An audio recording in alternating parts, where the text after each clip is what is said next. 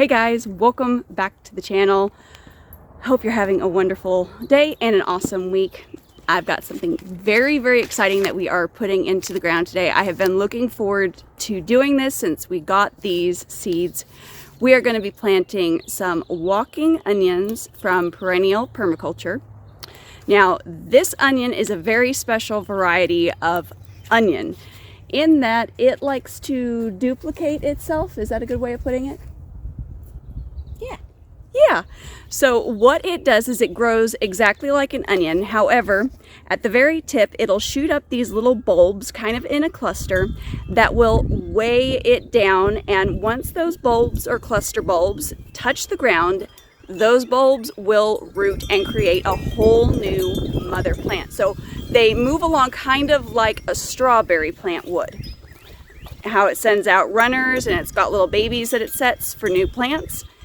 These guys do exactly the same thing. So we will perpetually have onions and not have to keep seed starting or finding starts, which for me actually works out because honestly, storage onions and my stomach don't always get along, but I can eat fresh onions very easily for whatever reason.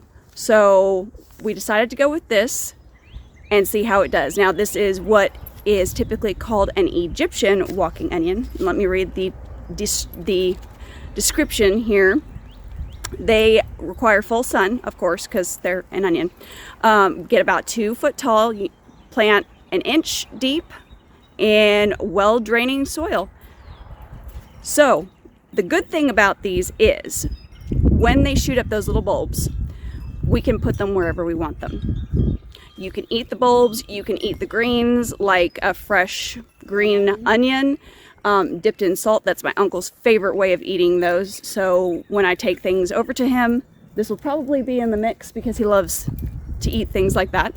So yeah, it's going to be an amazing plant. You can also pull the plant up and harvest it like you would a regular onion, and you will have a bulb, a larger bulb at the bottom. And you can use that in soups, stews, roasting, whatever you do, just general caramelization. Or you can put it in that herbal cough syrup that I showed you guys how to make over the winter.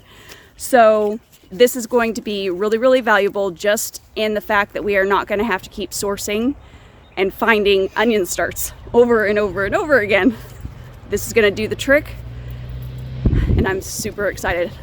We're going to go on ahead and get this planted here real quick and show you how to do it basically. All right, here we go. Okay, so the Egyptian walking onions look very much like the most typical onions here. They do get larger, obviously. So this flat end is the end that you want to plant. So it's going to go like that, down into a hole.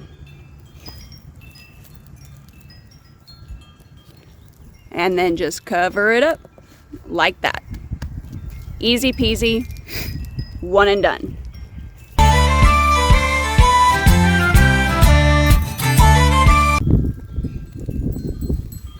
Okay guys, that's really all there is to it. We are going to go ahead and water these guys in really well before we go inside and beat the wind here. Spring in the Ozarks, you know how that goes. Or maybe you don't, but it's always windy in the Ozarks during the spring. So the other benefit to having things like onions in your garden bed, and I've talked about this on other videos, is the interplanting really does help with the pest pressure. And that really, I can't even begin to tell you how important that is, because when it comes down to it, you don't want to have to spray chemicals, but at the same time, you don't want to lose your crops.